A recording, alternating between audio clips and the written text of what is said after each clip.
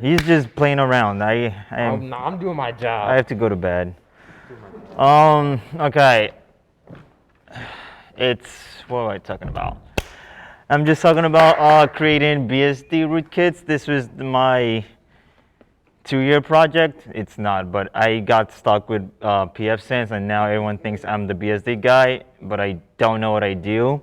So I'm just going to tell you what I do and just pass it on to the next person so I don't have to do this again. You're welcome. So what is FreeBSD? It's a free and open source Unix-like operating system. It came from the BSD family. You can look up the history. I don't remember much about it, but it's just like every other Unix/Linux distro out there. It can be used for mail server, web server, DNS, and all that fancy stuff.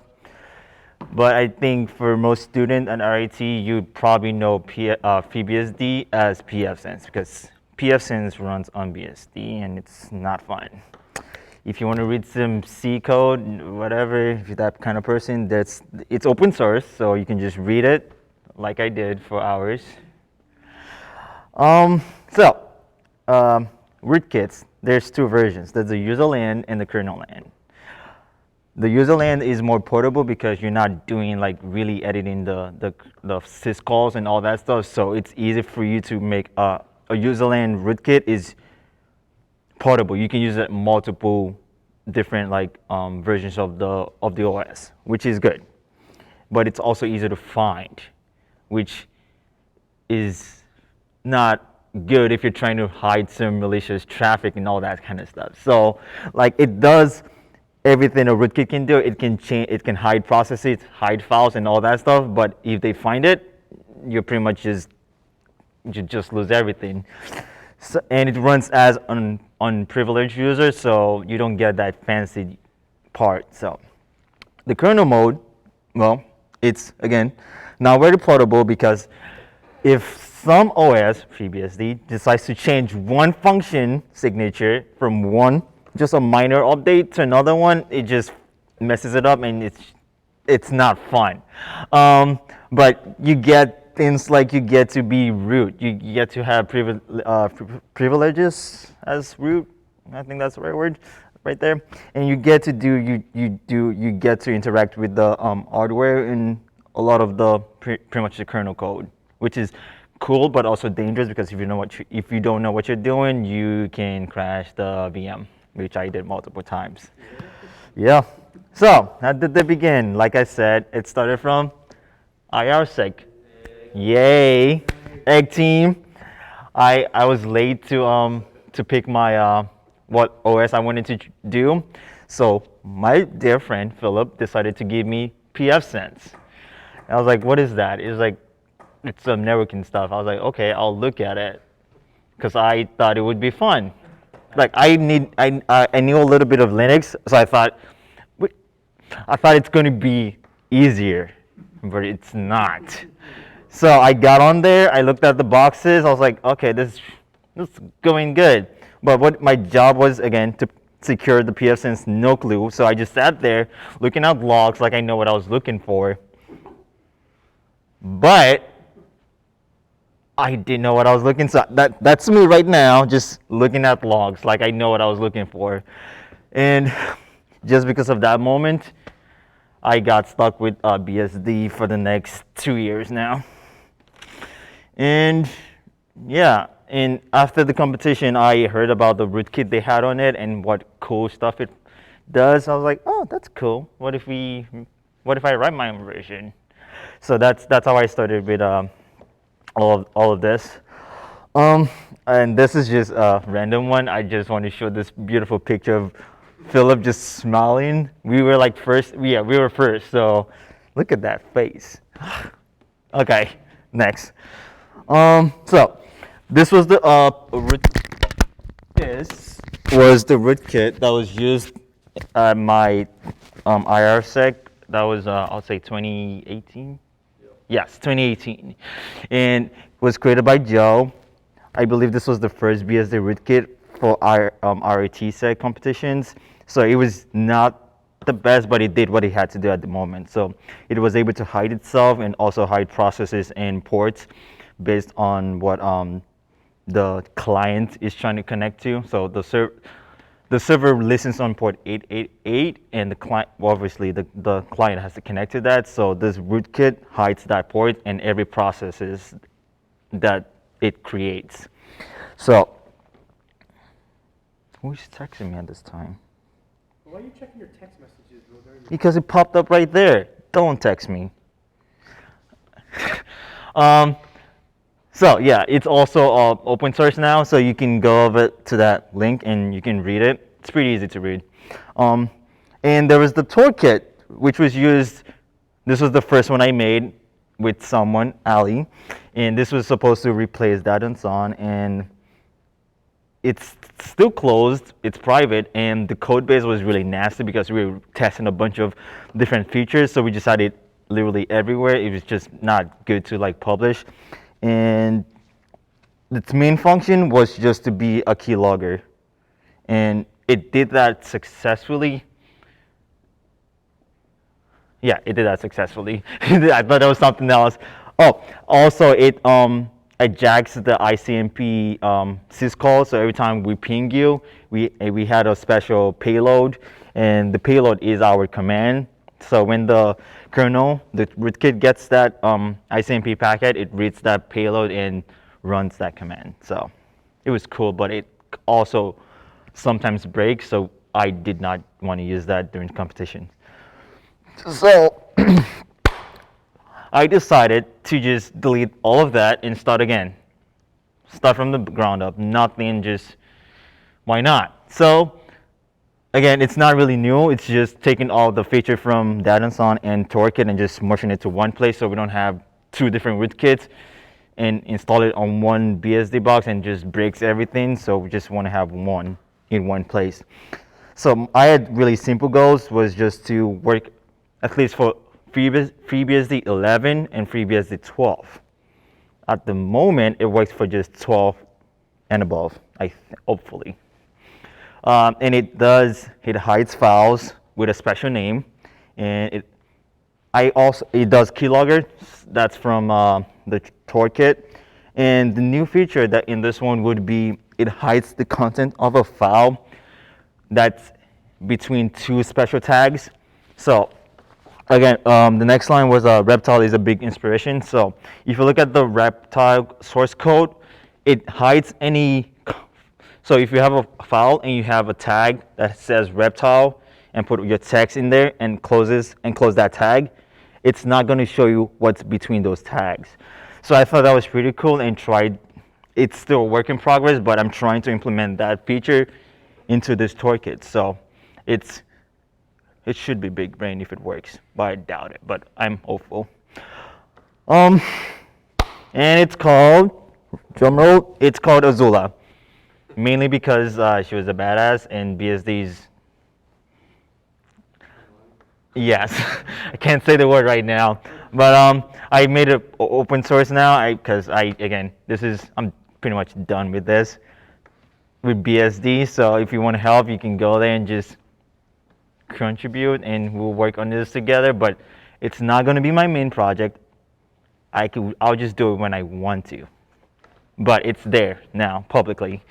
So this was my whole cool design for how it talks to the agent and me on the other side. It's nothing crazy, but the Zula right here is the rootkit, and we have an agent also named Azula because the keyword it hides stuff is by the name Azula. So pretty much everything you create has to be Azula, so it doesn't show. So the agent does mainly two things. It sends the keylogger to the server every 30 seconds, and it also runs the command that I send through the ICMP packets. So, and as you can see, I'm right here. I send the command, blah, blah, blah. The rootkit finds the ICMP payload, runs. It saves that into a file. So it's not easy to run command directly from the kernel. So my solution was to write the payload into another text file in Userland so that the agent right here will open that file and run that command. So in that case, it's a shell, but it's not going to be a TTY shell, so I cannot get output or, yeah, I can't get any form of output or errors. So it's more like a blind attack. So I decided that in that same send command, I can have a special word, which will be shell. And every time you send the ICMP payload with the word shell, that would do some weird stuff and send an actual TTY shell to you. But I actually forgot to put a process/port hiding feature into this rootkit. So if I was able to do that, you would see that I was connecting to your box. But it should be easy to just add to the code. But that's pretty much how Azula works, nothing crazy. Oh, well, that's the overall idea. Behind the scenes, it does a bunch of syscall hookings. It just takes, so we have, oh yeah, I'll just explain what this is. Syscall hijacking is when the rootkit takes a, so there's a table of syscalls that is used by the kernel. And there's like literally a lot. There's the sys exit, sys fork, read, all of that. There's a lot. So what the rootkit does is it finds them, and it hijacks it by it creates a similar function as that, and it calls the original function, and when the results, it takes that results and edit it to what it wants it to be. So for instance, if I'm going to do ls, I need to hijack the sys get dir syscall, and when I do ls and I've hijacked that syscall, it's obviously going to give me the list of that current directory, but my rootkit would go through that list, and if it's something, the keyword Azula, if it finds that, it takes that out of the list and just continue again and sends that back to you. So to you, it says that this is all of this, but there's obviously another file in there. So if you know what it is, you can just cat it, and it's just going to be there for you. So there's a bunch of syscall you can hijack, and these are the cool ones if you want to do some real red team fancy stuff. So I could just log every input, which is how the keylogger actually works. Weirdly, it does it by one character, which I think was weird, but it's one character, and when you look at the keylogger file, it's just a bunch of one character with every like /n, like not even just give you a new line, it shows you exactly everything. So it was kind of messy, but it worked. It did what I had to do. I was like, I'm not gonna fix that. So there's the open syscall. Obviously, that would be used if I'm trying to hide a content of a file. And there's a lot. So again, if you want to prevent people from unloading your rootkit, you can just hijack the KLD unload function, syscall, and it prevents people from taking it out. So again, there's two ways of achieving this. There's the syscall hijacking, which is how most rootkit out there works, which is good, but there's been security measures to prevent rootkits from doing that. And the next way is actually inline hooking. This is more like you're dynamically injecting your code as the original syscall is running. So I don't know much about that yet, but that's how I eventually want to get the Azula rootkit to get to. So I don't have to change the way the original syscall is, because that's fun, but it's also dangerous, because if you do not unload the syscall, if you don't replace it back to the original one, it just crashes the VM, and that's not fun for both you as the red teamer or the blue teamer. So inline hooking might be the best way to go, but it's BSD. No one wants to touch it. Yeah. What else? Yes, this is one of the issues I don't like about BSD. This took me about 2 weeks to figure out, or maybe 2 days, I'm not sure, but it's something too. And this is from 12.0. This is FreeBSD 12.0. And the way you, in this system, so this is where I'm jacking the ls, well, called the sysdir, so this is used by the ls function. Right here, it calls the original one, so you have all the lists, everything. And right here, at the bottom, I have to allocate memory for that list so I can edit it. And this is how you did it in 12.0. You just have this stroke right here, which is the same as this, but this is the one we get to edit. And this is the original one, and it tells you the size and this flags. That's how it works. Easy, right? In 12.1, they decided to switch it to this. And I spent way too long to figure this out. I was not happy. It was not fun.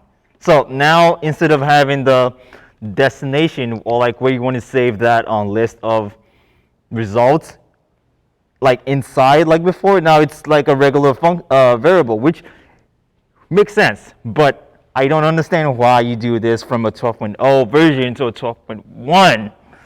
So point is, I'm really annoyed about this one. It took me way too long to figure it out. And yeah, I just don't like that. I was pissed off. Okay, I got out of the way. Debugging, I did not have a good like setup for this. So every time I messed up, I just wait for the VM to reboot. So, but I did have a snapshot. So when I know this syscall hijacking works, I just take a screenshot, a snapshot, so I don't have to like figure out what the problem is. So I just snapshot. If it works, snapshot. If it doesn't, just wait for the VM to reboot. So again, that's a terrible way to do kernel debugging, but I did not ever get to that point where I need to. Also, I just don't want to, so I just did it the bad way. But let's talk about let's make a let's do a demo. Let's write one. We'll do one live. Hopefully BSD is nice to us. Yeah. Okay. Can the stream see everything? Hold on. I don't think so. All right. You have to share your full desktop. Yeah, I'm also gonna make it so we don't see you anymore because it'll be bigger.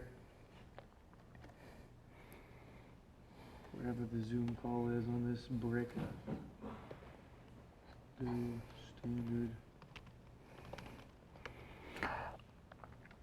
Okay. We have. This is the test VM. As you can see, it looks like a BSD box. Also, you can do that. No, not F. 12.1 release. That's the newer one. I think there's an actual update, but I think this is the one that's being used mostly right now. But yeah. Okay. This would be our right there.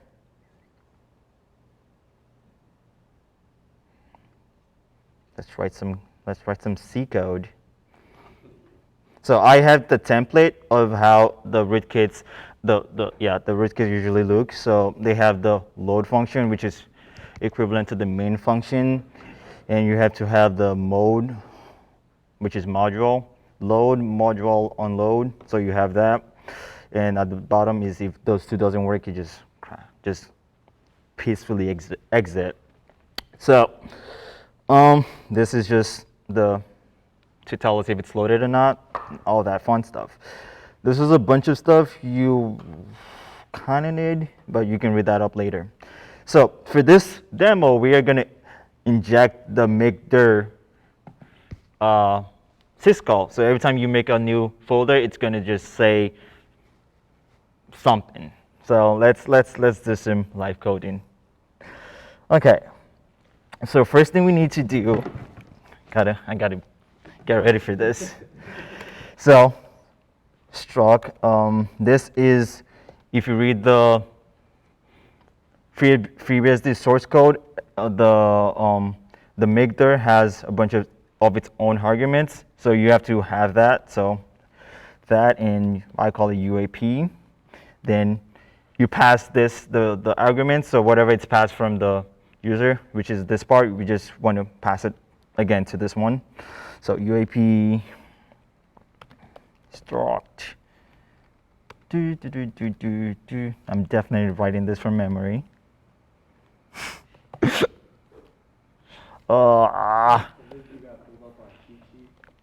You think I will write this? Oh, yes, it's from my brain. Okay, so we have that. So we're just gonna have some variables. We don't. This is just this is so when they have the make there. So the whatever text they write, this is just gonna have that in that buffer right there. The size, this is for like the return code. So you just need to have this because it returns an integer size int. I think it's the same thing. Well, not same thing, but like bytes. There's something with bytes, but I don't know that part yet. And if there's an error, we catch that too. So error right here is where we need to copy the user input from the userland to the kernel land. So to do that, we have to call copy inster, again, user to kernel. That's how we move things around. And this is the path. You can look at this. This is on their, again, source code. Just have to read a bunch.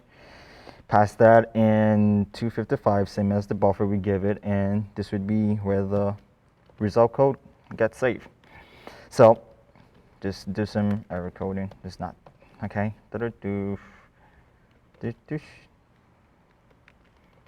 If there's an error, just return that. And now we are going to print our message. We are going to say injecting into what's the word? Into the, yeah, make there syscall, just something. We do that. So every time it runs, this will get called, and at the end, if there's some error with the copying from the userland to the kernel, we're just going to return, and if it's not, it calls the our beautiful message, and at the end, we also want to call the original function to do the intended stuff. So we do make there sys underscore make there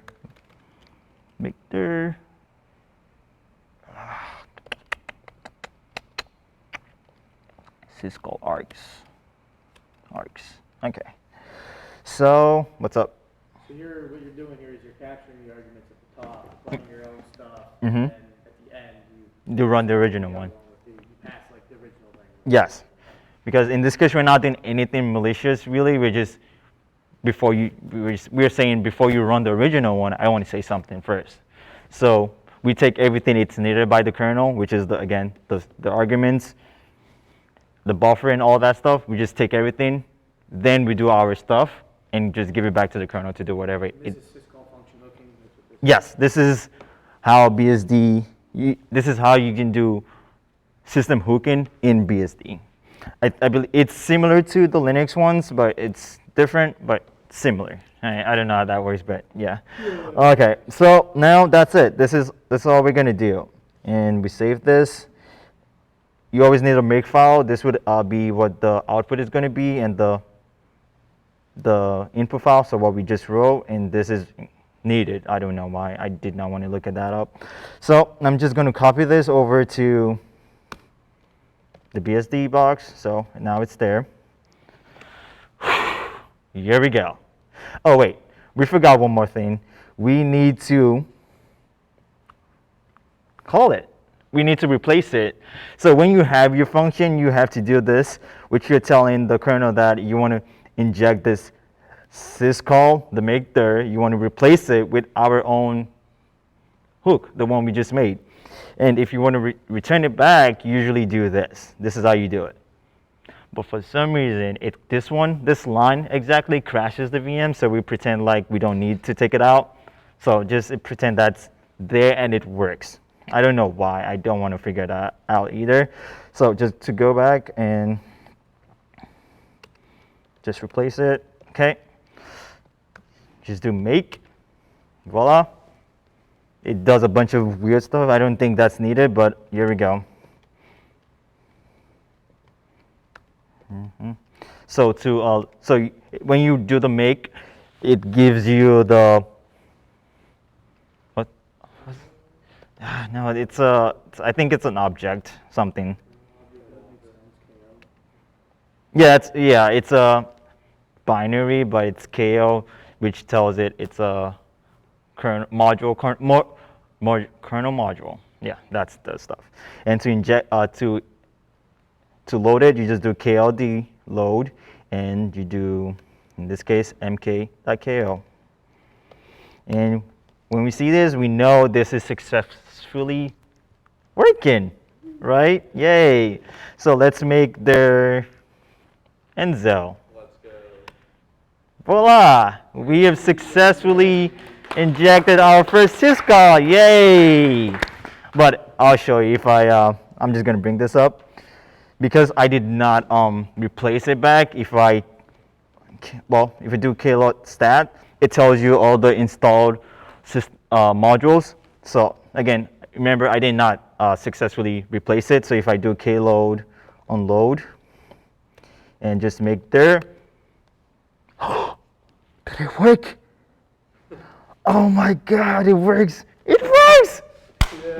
Yeah. Oh no, actually it does not work. If I do make there test, it crashes right there. There we go. But point is, if you don't replace the syscall, this happens, and it's not fun for either. You're the blue teamer, so always test your code. So yeah. That was the demo, and if you need some resources, this is where I learned most of the stuff. This book is outdated, so it covers most of it, but it's also outdated. I think the testing version was version 6, so it was a big yikes. Like for when you replace it, it has I'll just show you again. Right there in the book, it was lowercase sys, and I was confused why it wasn't working on the 12 point, like on the newer version, and I spent again multiple hours to figure out it's just capital S. I don't know why they do this. This is not fun for anyone. But point is, I mean, if you want to look at my schedule, that's good. But read the book, but also just remember it's outdated. You have to do your own research. And there's also this. They have their own community. At one point, I actually thought about making an account. Don't fall for that. That was just in the moment. But it was yeah. It's really useful. Sometimes they actually help you. And also, again, read the source code. It sucks, but at least you learned something along the way. And if you can come to me. I'll try. But I would suggest you should go to Robert. He's really big brain. He knows much more than I do. And there's Joe. Joe knows a lot. You should go to them, not me. But if you need me, I'm here too. Any questions? I don't see any questions. You answered Brad's question in the middle of the presentation. Which was? It says, where are you injecting? And then you showed where you were injecting. So. Oh, yeah. Yeah, we need a lot of BSD people, so if you're really having fun and you want to try this, just come to me and I'll give you the source code. Hold on, you have a question. Oh. Why is it not potato themed kernel? Philip is on drugs. It's Philip, never mind. You ignore Philip. Why is it not called potato kit? That's what Bradley's asking. Oh, because we were going with this, me and John, we're going with the avatar theme, so why not just, also, I wish I can say this on stream, but the reason why I use Azula, because Azula is a BITCH, so I was like, BSD made me feel like that, so I was like, that's why it deserves that name. That's the main reason, not because of anything else. BSD does not suck, it's just annoying. Do you think it's going to get any better when you go to work for I thought about that.